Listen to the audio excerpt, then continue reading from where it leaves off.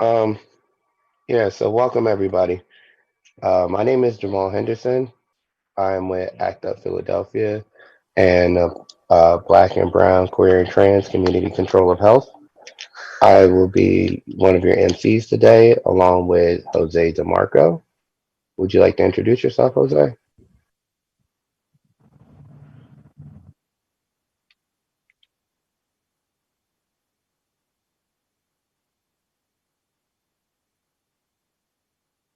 Jose, if you're talking, we can't hear you.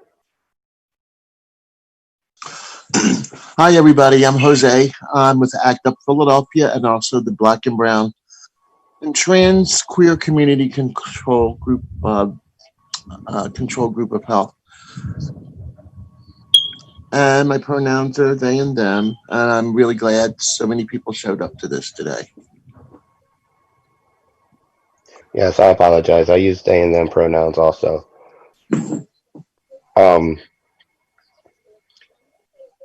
the the purpose for our session today is because during this pandemic, we have to remember also that some of us are already living through a pandemic. HIV is still here. It's not going anywhere, and we need to make sure that we're keeping that on the forefront as well. Because with COVID-19 happening, people who are HIV positive are more at risk to contract the virus and have complications from it.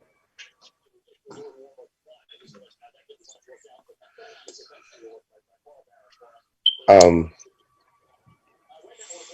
so we decided that we're going to do this live stream to um, really engage people and get some of their stories on what their housing is looking like right now, the issues that they're going through. Um, yes, I'm sorry. There are. Thank you, James. Um, Jose, can you take over for a second, please? Sure. Can you guys hear me? Yes, Jose, loud and clear. Oh, okay. One other thing we wanted to point out to everyone, too, is like,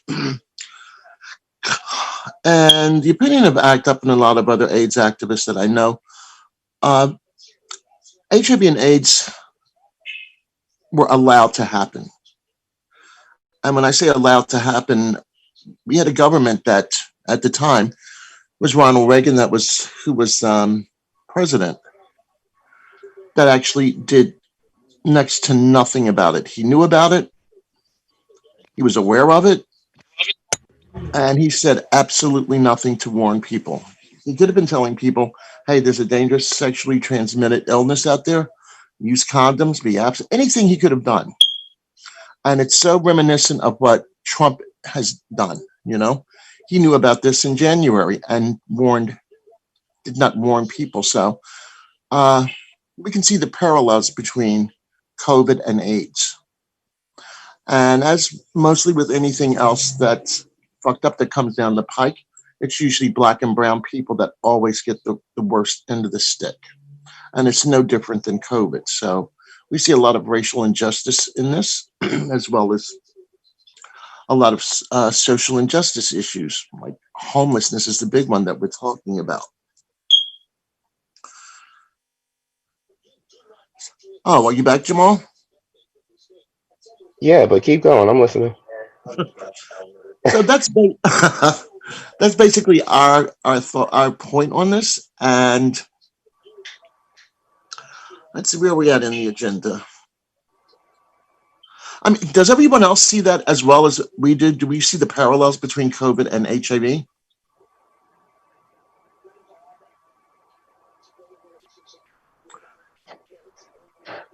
If you, I'd say a thumbs up for Izzy. So if you just want to throw a thumbs up real quick, just to let us know whether you agree or disagree, that would be great.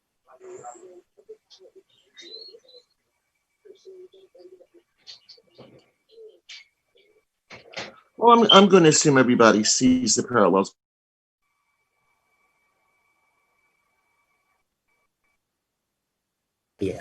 Okay. huge numbers all at once. So, and also you see the parallel with homelessness with HIV. You see it, and with COVID now, we have worked really, really hard on getting the city to make sure that people that were in shelters were placed in like hotel rooms. So we see all of this, and it's all a matter of like impressing these facts on the government right now. And it's up to folks like the people on this call. It's up to folks like me, you, to make sure that Biden hears these things from us. Because if they won't hear it if nobody else does, if we don't do this, honestly. So I'm going to turn it back to you, Jamal. So, I don't really have too much to add to what Jose just said because he did it so much Okay, I better guess than I Jamal's could not have. able. You can't hear me? I can. We can hear you fine, Jose. Or Jamal, we can hear you fine. Oh, okay. I was gonna say, I guess, yeah, I really don't have too much to add to what Jose had just said. He did it a whole lot more beautifully than I could. I would, just want to go over like what we're planning for the week, right? So we have this live stream happening today. Um, and we're gonna throughout of it we'll be sharing clips of Biden's team, and we also have a letter and a statement form, some letters and a statement form that we want to share. Tomorrow, ACT UP is planning on sending a small delegation of members to Biden's Wilmington headquarters, which is where the transition team is supposed to be working out of, to remind them that we've been requesting a meeting for weeks. We've heard nothing. Um, So we're going to show up and request it in person. Now, um, if we get a meeting with them, then Wednesday we'll be going down to have a press conference and really like encourage them to keep making progress on moving forward with permanently affordable, accessible housing, integrated housing for everyone, right?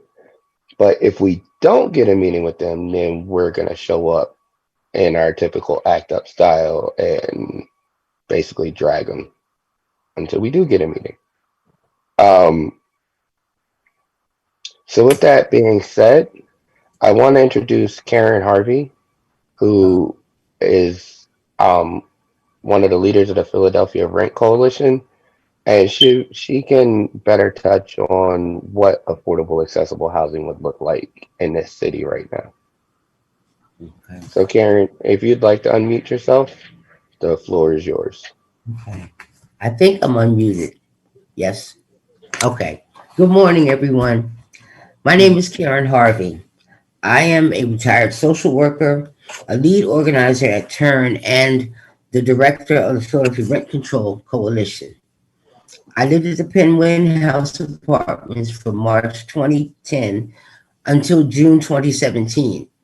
In December of 2016, myself and the other approximate 100 tenants of the Penguin House Apartments were informed of a pending mass eviction. The owner's plans to rehab and rent the units didn't include us. Between that time through June of 2017, I applied for 40 different residences in search of a place to live. Myself and numerous other Penguin tenants were erroneously filed against in landlord tenant court 3 times for supposed failure to pay rent. Any month for which we were unable to present rent receipts was deemed to be our having failed to pay. Each eviction filing became a stain on the credit reports of every tenant filed against, making finding a new residence in a safe neighborhood nearly impossible. Gentrification has taken over West Philadelphia.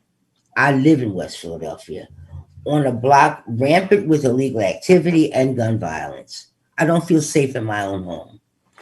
On 2 separate occasions, young men were shot in front of my door.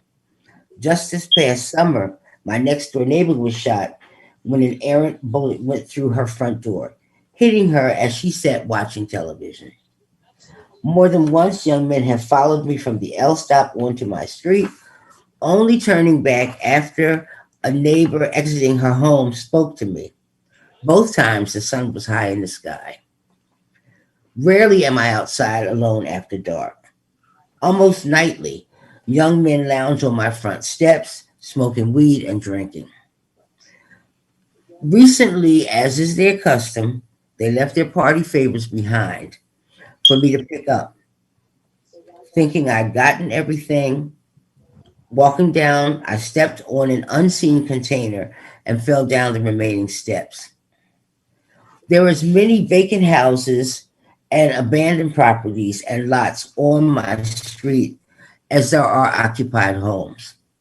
Those structures are being bought up by wealthy developers who rehab and rent them to newer, whiter, more affluent people.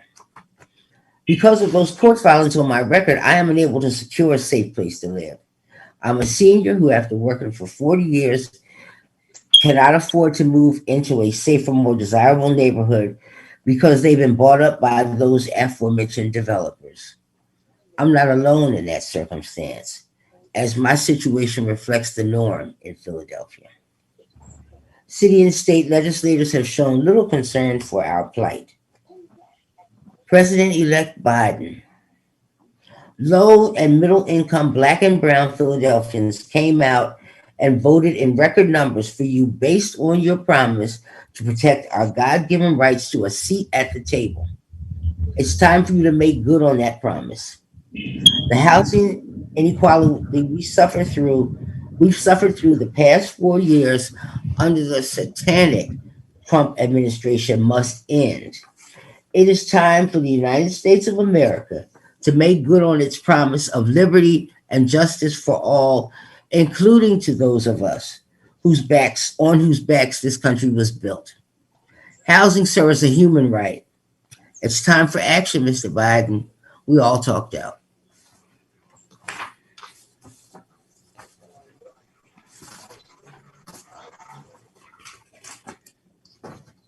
Thank you, Karen. Hmm. So, real quick before you mute yourself, just one question. Yes. For you, what would permanently affordable, accessible, and integrated housing do? For Like, what me, would that mean for you? what it would mean for me is that I would feel safe where I live. I'm in a house where I've got four locks on the front door, boards propped against the back door. The basement door is covered so that if in fact somebody were to break in, I'd at least hear them when everything fell on the floor. It would mean I'd have a safe place for my grandchildren to come over and visit. As it is now, they come, but they have to stay in the house. And this is even before COVID. It's not safe. Um, at night, and believe me, I don't have anything against people smoking weed and drinking. What I do have something against is people not being respectful of me in my 68 years, whereas they sit on my steps and do what they need to do. And then, like I said, leave their party favors behind. I would be able to sleep at night in weather now with my window open to be able to breathe some fresh air. I wouldn't be afraid when I walk out of my house after dark. Um, it would mean all those things. Thank you. Hmm. Thank you. That was a great. It's just what we're trying to get at, right? Okay. Um, and unfortunately, like you said, this is the norm for people. This isn't even Hmm. nothing new. And you can't attribute it to somebody's age anymore. You can't Hmm. attribute it to their financial. Well, you can't attribute it to their financial, but like you got people out here who are making minimum wage, making Hmm. twice what minimum wage currently is, and still can't afford to No. live Mm-mm. in most of Philadelphia. Right. Um, Yeah. And it's only going to get worse unless we do something, unless we yes. hold folks accountable. Well, see, and that's one of the things, right? Because Biden ran on this plan to fully fund Section 8, Right. right? And that's great because we know here in Philly, the Section 8 waiting list is anywhere from 7 to 10 years. Mm-hmm. So around the country, God only knows where that could be. Yeah. But then there's things that they're not talking about, like where people's criminal records are keeping them off of being able to afford it, to access affordable housing. Right. Where Section 8 vouchers, a lot of landlords just won't take them. No. So even if you got it, you can't use it to move into an Mm-hmm. area where um, you're gonna feel safe, Say exactly. or where you want to live. It's not even, for some of us, it's not even so much about feeling safe. It's about being able to live where we want to live, Mm-hmm. and access the stuff we want to access. Like I live in Southwest Philly. My closest grocery store has everything marked up. Mm-hmm. And when we say markups, like we're not talking about no dollar or two because they're being convenient to bring it closer to you. Like the block of Velveeta cheese, Mm-hmm. $9 anywhere else you go. Yep. Every store within a 2.5 mile radius of me, they want to charge you 13. Damn. That- Yeah. yeah. And I was complaining about spending 10 last week. Yeah, like I gotta travel to like University City or something Mm-hmm. if that's what I want. Exactly. But yeah, Izzy, that's really too much. That is really too much. Yeah. Um, so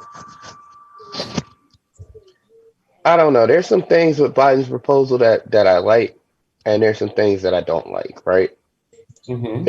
There's always something and I don't know why, but it feels like nowadays when you have to talk about politicians and what they want to do and blah blah blah, you then have to qualify whether it's a left proposal or it's a right proposal, and then you have to qualify with whether it's a moderate proposal or progressive proposal. Mm-hmm. And it's like we have all these little sectioned off pieces and talking points that really amounts to either you have or you don't, Right. right? Whether they claim to be left wing or right wing, if they're making us jump through hoops to get a wage that actually pays us the money that we need to live, that's a bad policy. Like Mm-hmm. you're a bad politician, in my opinion.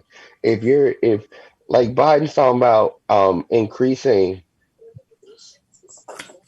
funding to programs that already don't work, that landlords already don't want to deal with, Right. instead of talking about how they can exercise laws that will actually force landlords to accept housing vouchers, Mm-hmm. regardless of where it's coming from. Like Yeah. there's certain things where if you want to be in real estate and you want to control property, like there's just certain things you got to accept is going to happen. You're not going to get paid top dollar on every piece of property. People just don't make money like that. Yeah.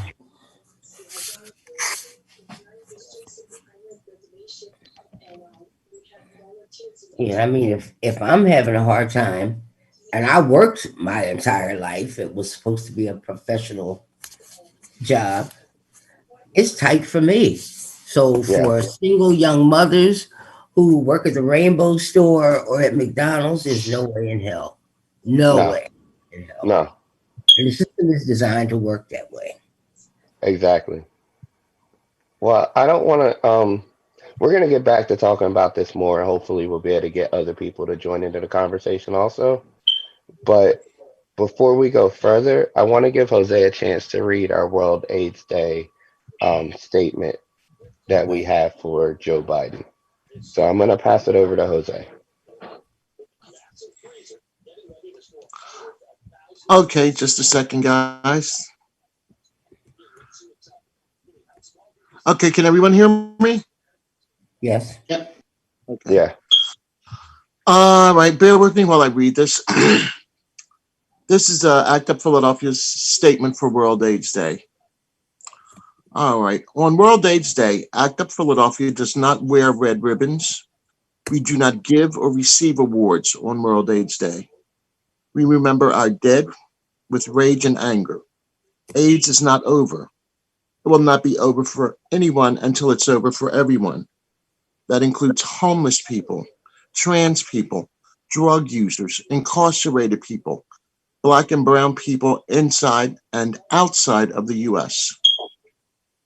We face an HIV epidemic that is fueled by structural racism and social inequality. We now face a COVID pandemic that is being allowed to happen as the AIDS epidemic was allowed to happen, and it still is. AIDS activist Vito Russo said in a speech and ACT UP demonstration at the Department of Health and Human Services, this is October 10th, 1986. For the last 3 years since I was diagnosed, my family thinks of two things about my situation. One, they think I'm going to die. And two, they think my government is going to do absolutely everything in their power to stop that. On both counts, they're wrong. So I'm dying. If I'm dying from anything, I'm dying from homophobia. If I'm dying from anything, I'm dying from racism. If I'm dying from anything, it's from indifference and red tape, because these are the things that are preventing an end to the AIDS crisis. I'm dying from Jesse Helms. I'm dying from anything. I'm dying from the President of the United States. In 1988, some of the things that Russo referred to, lack of funding for drug trials, showed protocols that prevented promising drugs from being tested, especially for women and people of color. Are not the same for HIV and COVID-19, but many, many things remain the same because we still value in protecting the wealth and comfort of white heterosexual men more than keeping everyone else healthy. With COVID, we get public health messaging encouraging us to avoid socializing, to avoid going to work, and to stay home when so many of us have no safe home to go to. We're at risk of losing our homes precisely because of COVID. The same forces have caused HIV infection rates to stop coming down and even to creep up again. The epidemic of evictions, foreclosures, homelessness, houses with raw sewage, mold, vermin, sleeping in cars and doubling up in multiple families in one house or legal boarding house is fueling HIV and the COVID pandemic. Not to mention overdoses and health disparities for Black and brown and indigenous and disabled poor people. And all a problem we have the resources to fix if only we were willing to spend them. As Victor Russo said in the same speech, someday the AIDS crisis will be over. Remember that day, and when that day comes, and when that day has come and gone, there'll be people alive on this earth, gay people, straight people, men, women, Black and white, who all hear the same story that there was once a terrible disease in this country and all over the world, and that some brave people stood up and fought, and in some cases gave their lives so that other people might live and be free.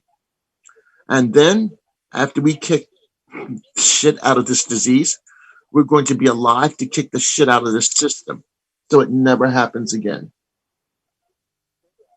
The AIDS crisis is not over because we are not done kicking the shit out of this system.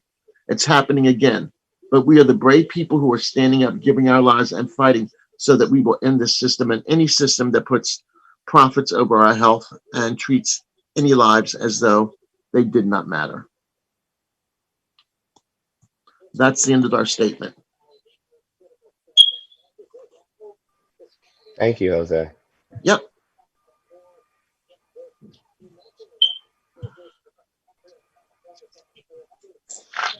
So, um, yeah, it really is. That kind of gave me chills a little bit. Um, I don't know. This is pretty much the part um, where we start trying to get some discussions going on. Um,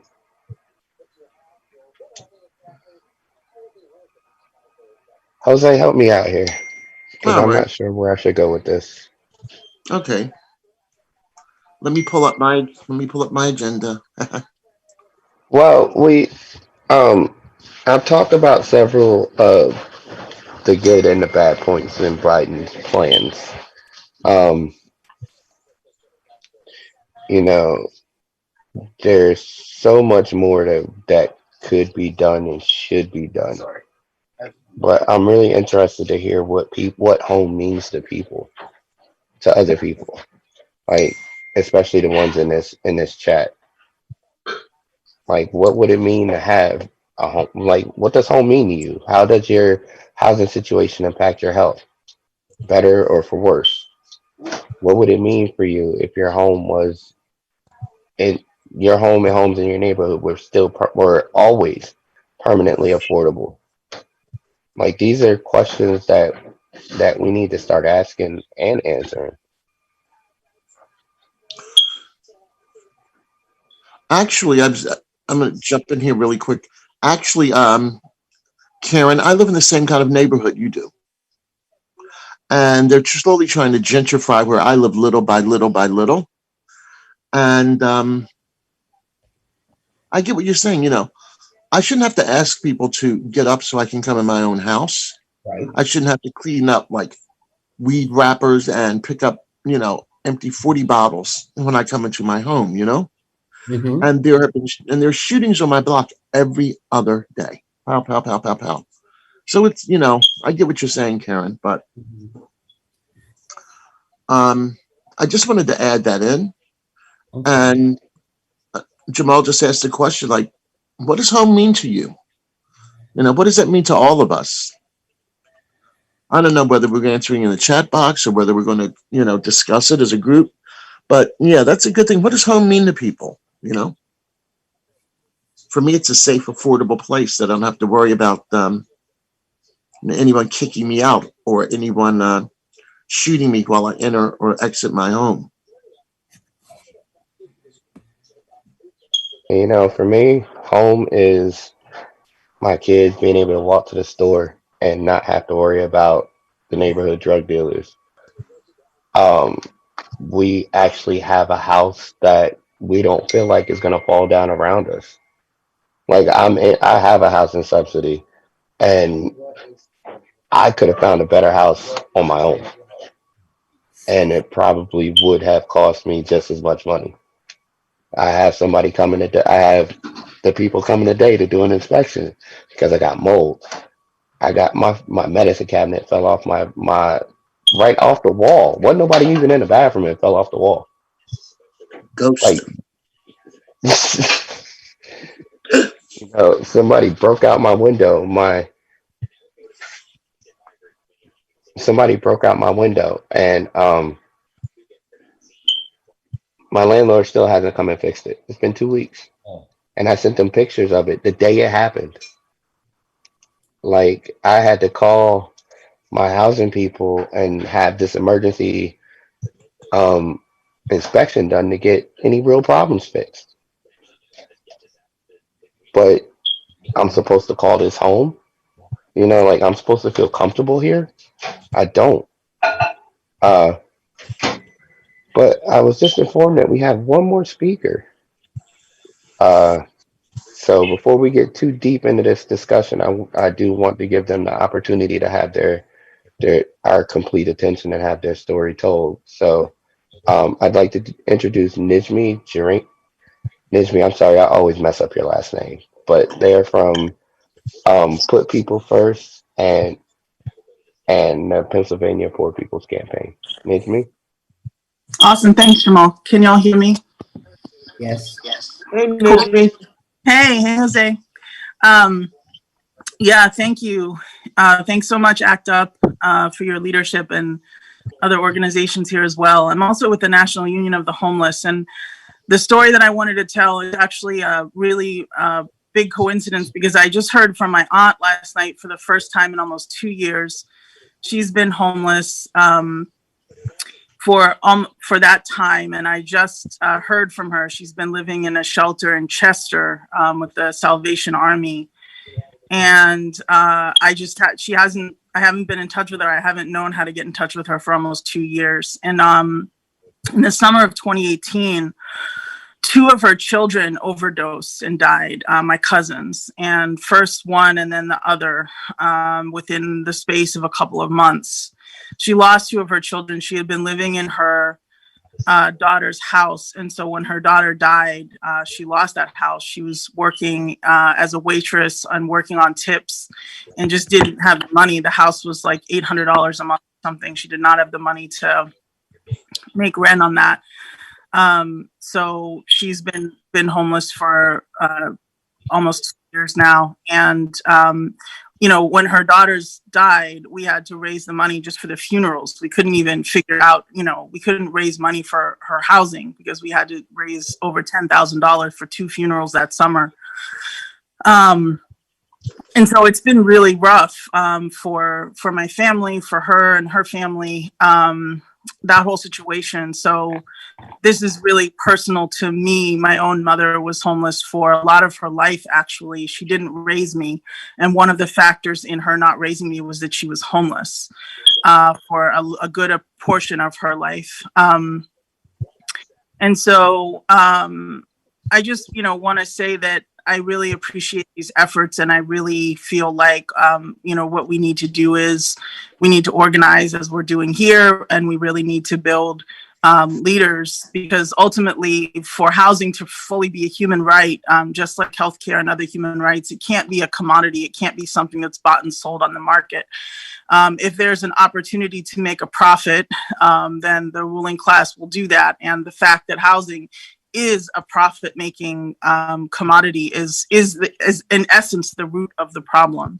It always means that people will be without housing, that, you know, housing will be looked at as something to be exchanged for money and not as just a place for people to meet their needs and to live.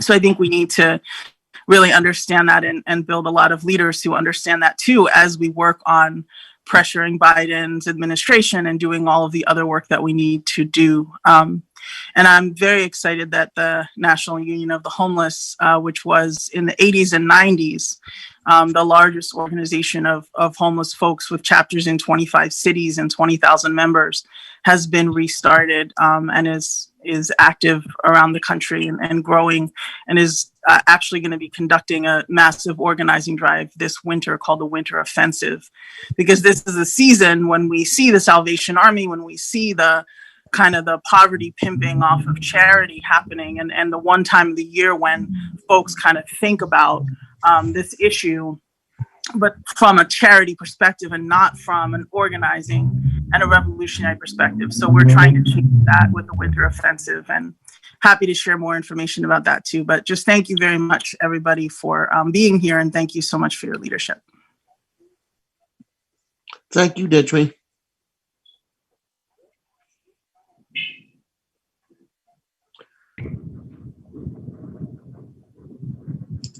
Can anyone, I'm just curious, can anyone on the call, and I'm not trying to put anyone on the spot really, but could you like go into what it's like to be safely housed, if people are, what it feels like not to have to worry about losing your home, what it feels like not to like dodge and duck bullets going in and out of your home? Like, what does it feel like, you know, to be, and I'm not putting anybody on the spot. It would be good for us to take this stuff for Biden's people to hear what it's like, as a juxtaposed against what we're saying. Does anybody mind talking about that or saying that? Yeah, please.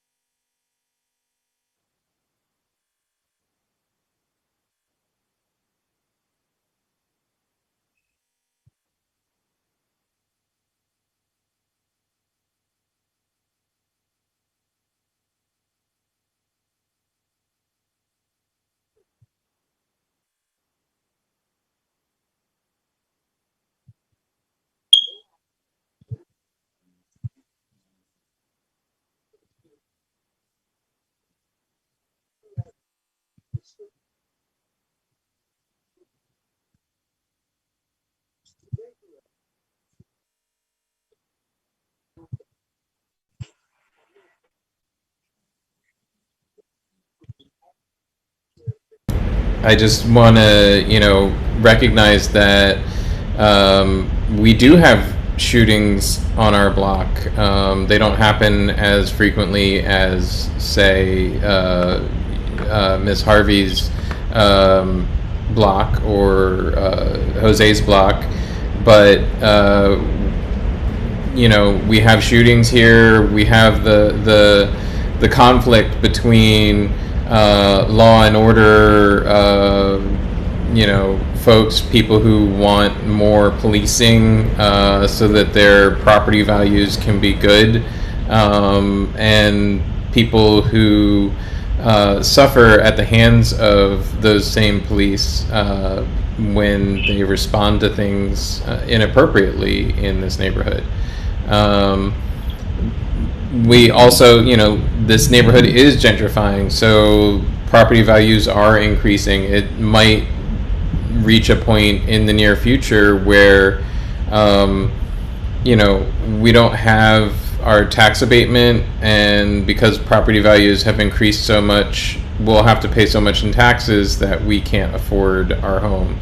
So even being relatively housing secure, there are housing insecurities.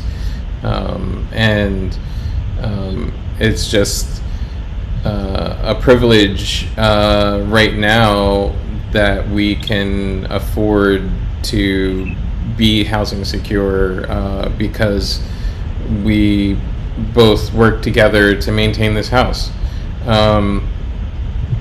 What that frees us up to do is not worry about where we're going to lay our heads at night. So we do have the advantage of having the time to take care of our health, having the time to look after our friends and our family. I end up doing a lot of volunteering in housing and food and other causes because I have the time and the privilege to do that because I'm relatively housing secure. And so we're able to take care of our own selves and then have the time to actually try and help take care of other people as well.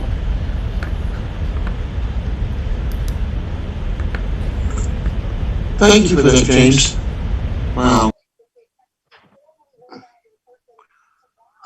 Are there other folks on the call with privilege that are privileged to be housing secure to talk about it? I could talk about that a little. Hi, I'm Michelle, she, her. I'm here from Philly. So after moving almost every year, every other year for about 15 years, last year I was, privileged enough to be able to purchase a row house in Philadelphia. And for me, as a single mother, that's just such a huge blessing. My son is 6. He's lived in 6 different houses. Sometimes we've moved, just after a few months because there was some, instability in my personal life. But things have gotten a lot calmer recently. And yeah, it's such a huge psychological weight lifted to know I don't have to worry about my rent suddenly shooting up or a landlord saying, oh, you know what, I'm going to renovate this place, so you have to move out, or I'm going to sell it. I mean, in some ways, it feels like the bank is my landlord. Like I don't have very much equity in my house. So, I could, if I were to lose my job, I would still be in a precarious situation. But in general, I absolutely don't take it for granted and find it a huge blessing that I am able to provide my son with a home where he doesn't have to worry that we're going to have to pick up and move again, and where he can make friends and form relationships with the folks on our block. Thanks. Michelle, would you say that being relatively secure now and having been where you are for the last year, because as a single father, my children too experienced that whole transient life for a good part of their life. But I've noticed even though my housing is not that great, we've been in the same place for the last year and a half, 2 years. And where my kids were boxed in and didn't really trust anybody and didn't want to talk to anybody and were rather antisocial, now that they have seemed to be in the same place and they feel more secure, like they're opening up and they're starting to experience life for what it should be. And I was just wondering if, with your son only being 6, if you've seen that same thing. Yeah, I remember when he first started at the school that he's at now, because he's been there for a couple years now, but he had bounced around from different daycares because we were moving. And one of his teachers, after he'd been there a little bit, said to me, he said, he's not learning the other kid's name. He's just saying that girl, that boy. And I realized that is because he'd moved schools so many times that he was like, why should I bother learning people's names? I'm going to make a friend and then we'll be separated. And now that he's been at that school a while and we've been in this house a while, I do see that opening up that you mentioned. And I think just the effect of instability on children is huge. And for them to, in some ways he's like, can we get another house? I don't like this one. Let's go to another one. Cause he's so used to moving. Got so used to moving all the time. I'm like, no, we're staying here. But yeah, I think as you mentioned, just the impact it has on relationships and ability to trust is really important. Thank you. I agree 100%. Is there anybody else who would want to speak to, what home means for them, or if they see themselves privileged enough to, I don't know. Yeah, well, Did you have something you wanted to say, Gary?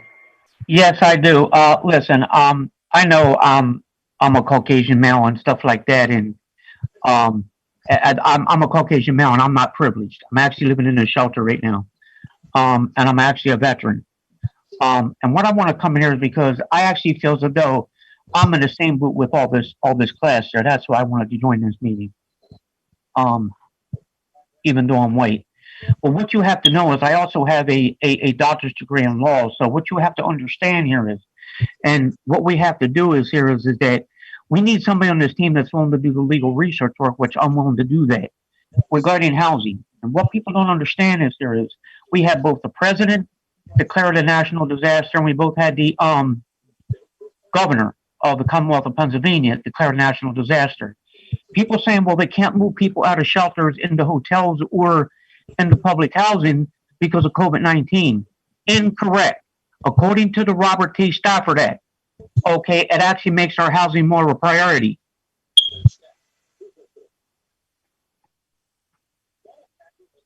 Wait a minute. I kind of missed that last part. Could you run that last part by a little bit slower? Again, I'm saying according to the federal law, there's a Robert T. Stafford Act under housing, and it makes our housing more of a priority during the pandemic. Yeah, but you had said something before that about public housing that I missed.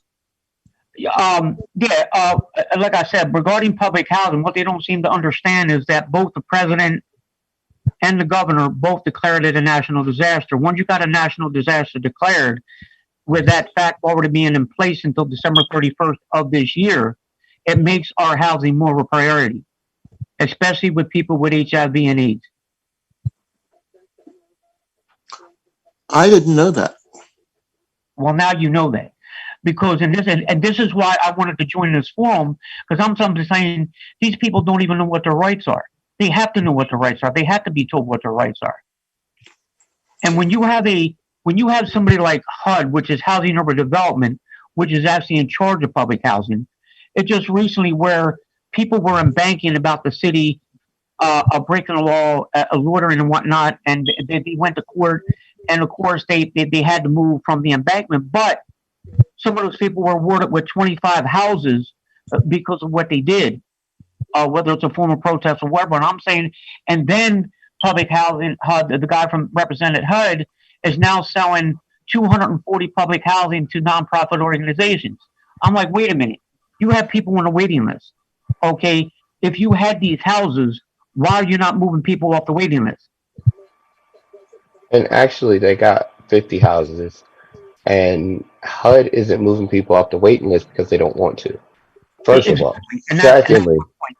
Thank you. secondly, I'm glad we you. we we had an orange clown who put this brown clown in charge of housing, and this fool has no housing background, has Exactly. no understanding of what that program is supposed to do. So he did things like make sure that landlords weren't prosecuted for doing uh for violating the law around housing, right? Since Right. Ben Carson has taken office as the HUD supervisor, director, whatever you want to call it, there's been Yeah. almost no prosecutions done against landlords for the Fair Housing Act.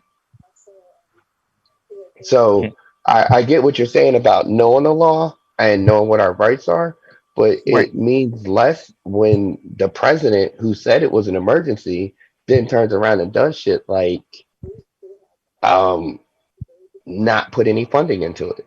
Right? Ex- How ex- can it be ex- an emergency? Exactly. And that's why How I'm can it bringing up the law, because now when you do finally get the group of people that you send to Mr. Biden and Vice President elect Kamala Harris, when you meet with them, this is one way that we can say, listen, look what our former president did. Here's where the mistake was. We need more funding. We need more funding for affordable and public housing. Also, I'm going to come up with another law, which is a federal law code 503C, which is the nonprofit law of the federal law. If you have somebody like HUD or somebody that's doing a nonprofit situation, they're already getting federal funding under that nonprofit. Okay, so if you're doing something like HUD, what they did, they're selling houses to make a profit. Yeah, they're emphatically breaking the law, and that's not allowed. They can't do that. And we need the new president and the new president elect and vice president elect Joe Biden and Kamala Harris to hold people who break the law under 503C, okay, which is the nonprofit organization law. If they're doing something, then all of a sudden later make a profit from that, okay, that's wrong. You cannot get federal funding because you're saying you're a nonprofit, and then few years later, okay, or in the face of a pandemic, try to make a profit from it. That, that you can't do that. That's not allowed. They need to be held more accountable. So we need more funding, and we need to hold the powers to be that are in charge of housing. And also, how about this? We need people trained who know about housing. Just like you said, these people that are in charge don't even know anything about housing. So if they don't know anything about housing, and knowing about housing is knowing what your housing laws are. That's knowing about housing, okay, and stuff like that. To people that are secured in their houses, okay. I hear what they're saying too. There's another law in the Commonwealth of Pennsylvania, which is called the Landlord Tenant Act of 1951 of the Commonwealth of Pennsylvania. Tenants need to read that and know. Listen, the landlord has to make your living quarters habitable to live in. Okay, if it's not habitable, you have a right to withhold your rent, put it in escrow, and the landlord can evict you for that reason, because you're saying, listen, you're not making this house habitable for me to live in. Okay, so under the doctrine of habitability, and it just falls under the Landlord Tenant Act of 1951. Okay, the Landlord Tenant Act of 1951 says as long as there's a landlord tenant relationship, and usually if I'm going to be secured in housing, I would require a landlord to give me at least a month lease to where I have something in writing, and that indicates a landlord tenant relationship, and so forth. Another thing that you run across with housing is if you are on disability and you're going to your landlord to fill out a rent certificate for your rent rebate, and the landlord don't want to fill that out, or if you don't want to give you rent receipts in order to prove that you paid rent throughout the year, okay, we need to go after Joe Biden and Kamala Harris about making a law mandating that the landlord give you a receipt, which is proof of rent. We're entitled well to have proof of rent. well see and I get that. But then we got other factors that we have to consider too. For instance, every time a landlord files an eviction against you, regardless of whether they win or not, that's a stain on you, right? Exactly. That's a stain on your credit. Right. That's regardless of whether you were right or wrong, it still comes back to bite you in the ass, not Right. anybody else, right? So Right. having all these laws and all this stuff is great, but what I've noticed living in this city for the last 7 years is they have things like L&I to help them get past those laws. They have Right. things like landlord tenants court that still winds up screwing the tenant. Like they Right. have all this other stuff that goes on that while legally you may be able to fight it, the consequences for fighting it is almost as bad as the situation you're in anyway. You know, Right. Karen talked about how she had got evicted and how that was a stain on her, right? Right. I know a few other people who have been through somewhat the same thing. And they were evicted because their landlords decided to sell the building. And the new owners wanted to tear it down or revamp it, so they just evicted everybody.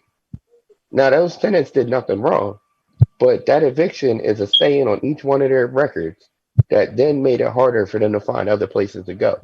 And one of those people is one of my close friends who actually had to leave Philly and move to Delaware County because they couldn't even afford to live in this city anymore because that eviction messed them up that badly. Right. Right. So I get what you're saying, and knowing the laws is important. But I think at this point, there's certain things that Biden has promised us that he needs to carry through with. Exactly. And what he's saying is here is he's going to change the housing laws to where they are going to protect tenants and make it more affordable. And that's what we have to hold them accountable for. Because if you're going to change the law and say, listen, okay, another thing that I think that they need to come out with, okay, they need to go back out, they need to come back out what you call rent control. If they did away with it, they need to come back with that. Because you have your landlords, they'll say 1 year they're going to charge you $500 just to rent a room. Then the next year they're going to raise it $60. So now you're paying $560 for a room. Okay, we need to go back to rent control. Okay, and stuff like that. This is the only way you're going to solve the problem with homelessness and probably throughout the United States if you come back with federal rent control. And that's what they need to come back with. And that's exactly what if Biden said he's going to do this, okay, along with his Vice President Kamala Harris, we need to hold them accountable. That's what we need to do. And so, This is Jose. What's the name of the gentleman that's speaking? My name is Gary Collins. Hey, listen, I thought we meet every Monday night. Well, we no longer meet in person, but we meet virtually. I would like to personally ask you to attend some of our meetings with us because our housing campaign is ongoing. We've been at this for how long? 12 years? yeah, something like that. Over a Yeah, decade. you seem to be a wealth of information. And it would be great. I'm personally inviting you to our meetings. They're every Monday. We meet at 6. In fact, we're meeting tonight, and they're every Monday at 6. And you have a lot of good stuff that would really help us further our campaign. Would you? I heard you, man. Dude, I'm in a virtual meeting here. You gotta okay, and stuff like this. Come on now. Yeah, all you have to do is send me a link. Is it a Zoom meeting? Yeah, Yes. Gary, if Okay, you drop your all you have to do is send me a link to my email and I will join you every Monday. if you drop me a private message in the chat with your email, Gary, I'll make sure that you get the link. Okay, and where's the chat at? If you click on the more button and go to chat, Okay. then find my name. I'm Jamal Henderson, and just drop your email to me, and I'll make sure you get that link. Because yes, you have a lot of information that I would love to hear. Yeah, okay. But I don't. I want to honor everybody's time, and we were trying to keep this to no more than an hour and a Yeah. half. Okay. Okay, and where would I find your name at, Jamal? I'm under chat now. I'm gonna send you a message. Okay.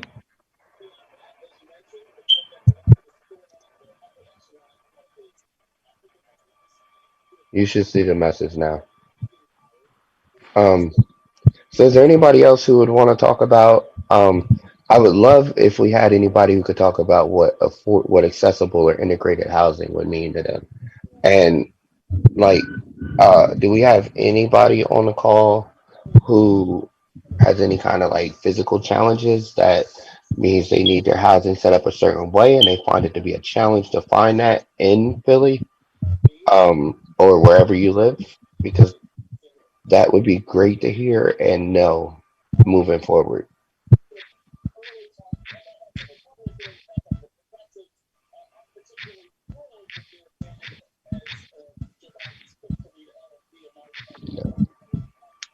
What It is doesn't say. integrated housing?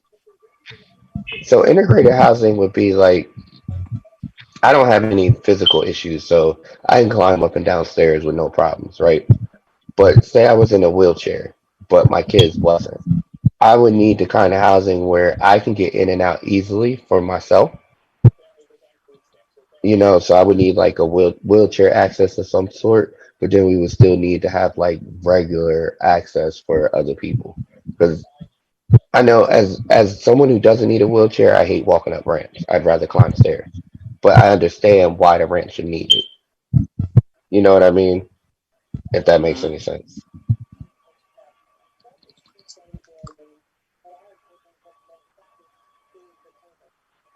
Thanks, Jamal. But that is a very big problem in Philly. Um, there's no accessible housing on my block, and a few houses that I've seen where they've needed it, people have had to install wheelchair lifts and all of that kind of stuff. But then they have to install it onto the sidewalk, which actually is kind of inconvenient for both parties.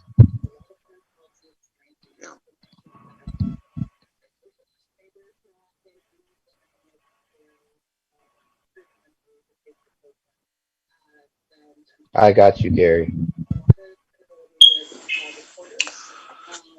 Are folks on the call? Are folks on the Zoom call able to go with us on Wednesday to Delaware? I have a question about that. Mm-hmm. Um. Oh, I'm sorry. Hold on one second. Not you, miss. I'm sorry. I'm multitasking. My apologies. I'm like the queen of multitasking. But Aren't we so all? right, especially in this moment. But Wednesday, what does it look like? I wouldn't mind going. But so I wasn't like big on this corona thing. It's getting worse now, and everybody's safety is important to me. I know we've been like our actions a few months ago dealt with a lot of car caravans. So like what does it look like on Wednesday? And maybe like I can answer once I know more about what it looks like. Well, we will probably, hopefully, we were all going to go down in cars. I don't know whether we're going to do a caravan or not.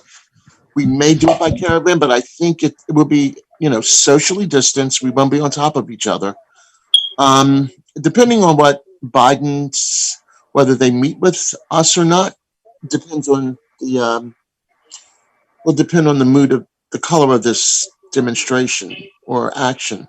If they don't meet with us, they don't accept our demands on Tuesday, then he'll get a real nasty demonstration. Calling him out, embarrassing him publicly, basically saying that this administration will not meet with homeless people with AIDS, something like that. And if he does, then it'll be something supporting him and encouraging him to do more and to hold him to the pledges that he has made. But we planned on doing this socially distanced. We were going to bring like music and do a West Philly line dance. We're going to do the wobble. But socially distanced, of course, and probably we will all stand by our cars, or I think it was a parking lot we may have been trying to get to. I'm not sure, but it will be socially distanced. We're people with AIDS, a lot of us, and we're not trying to get COVID. Believe me. We'll know exactly what it's going to look like after our visit tomorrow. I attempted to do that over the weekend and had some car issues, so it didn't happen. But where this particular location is, it's going to make it hard for it to be a caravan. So it's going to have to be a socially distanced action. Um, but yeah, what Jose's saying is really what it is right now. It all depends on the response we get tomorrow when our delegation goes down.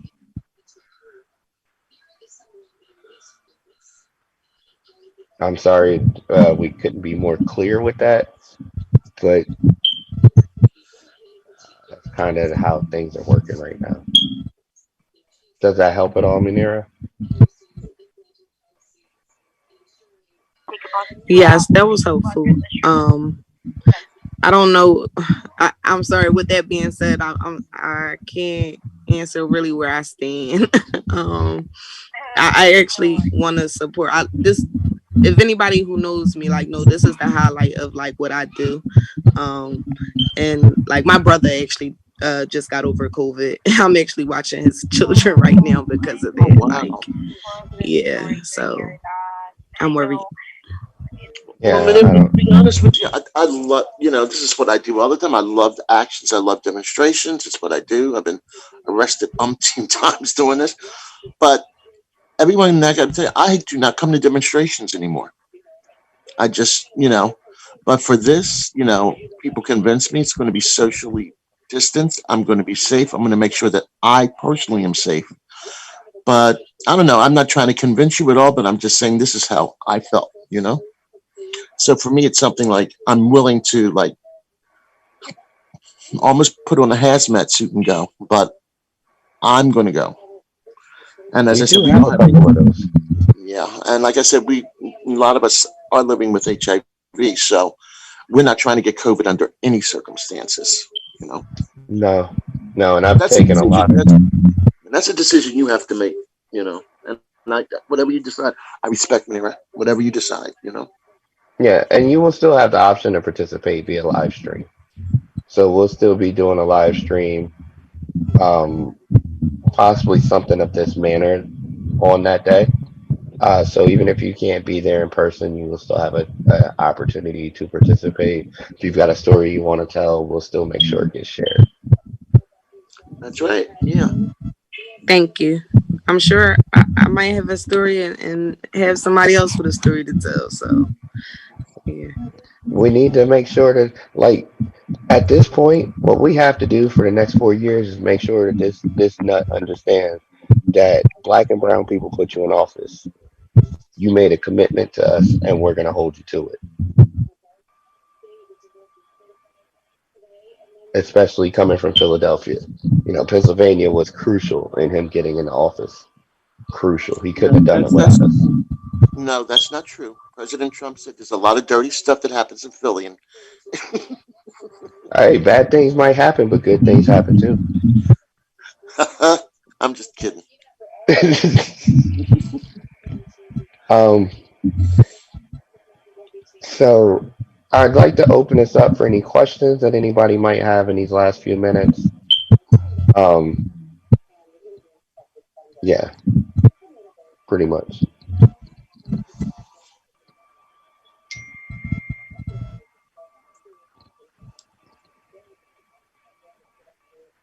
I don't have any questions, but I do want to just thank you for inviting me to this space, listening to these stories. I've been in this work for a long time, and I have shared my story many a times. And I've been through a lot of the same struggles I heard today. So I just want to, let everybody know, like, we're in this together. I do this because I have teenage boys. I don't want them to have to go through the same things. So thank you. Well, ACT UP joined up with the Poor People's Campaign when it was relaunched a few years ago.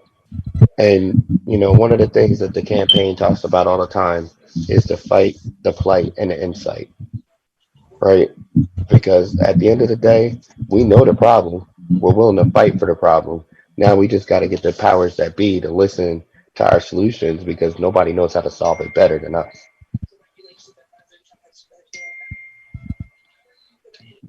Next steps we can participate in.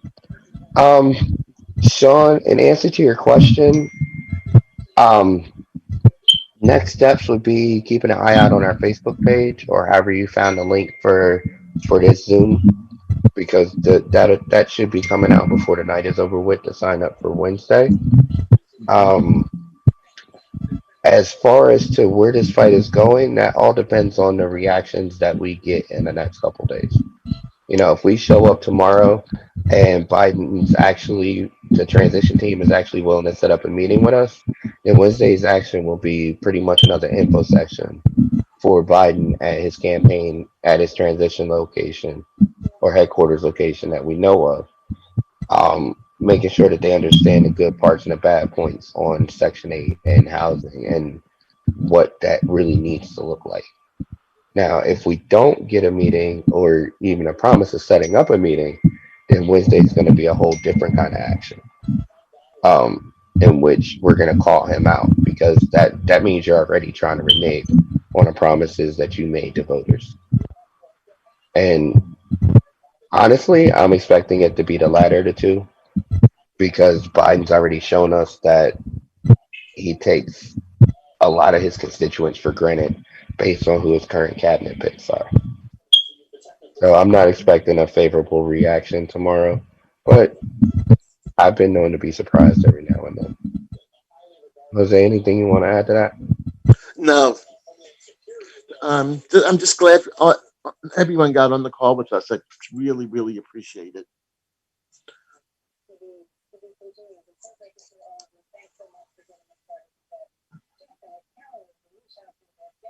Okay. Well, in order to honor everybody's time, I do want to open this up for any other last minute comments.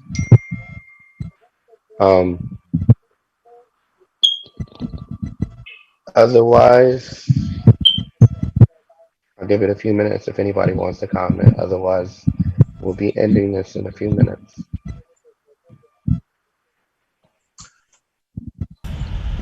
Thanks so much, everyone. If you don't mind, I'll just do a little wrap up for you. I'd just like to encourage everybody watching the live stream to tune in tomorrow to Act Up Philly's live stream. You can see that on Facebook, Facebook.com/ActUpPhilly/live. The team that is going to attempt to meet with Joe Biden's transition team tomorrow will be live streaming their attempt at meeting, and you can watch that live as it happens. And then tune in Wednesday to the same URL. That's Facebook.com/ActUp/live.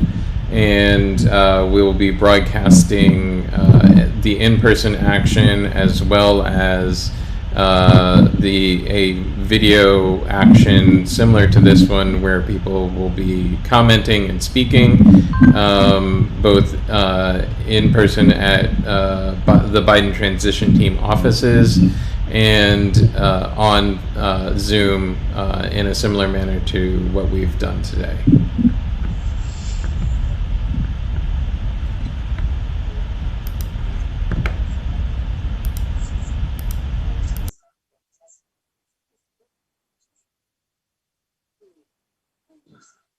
Thank you, James. Thank you.